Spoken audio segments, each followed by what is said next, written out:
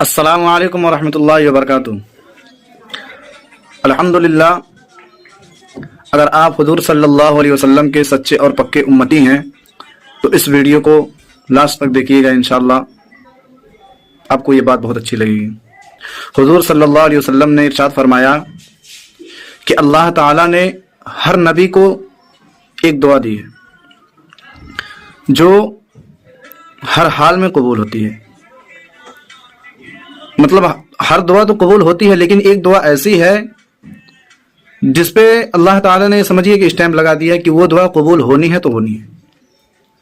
اور حضور صلی اللہ علیہ وسلم کو بھی وہ دعا دی گئی، اور حضور صلی اللہ علیہ وسلم نے اس دعا کو قیامت کے دن کے لیے بچا کے رکھا۔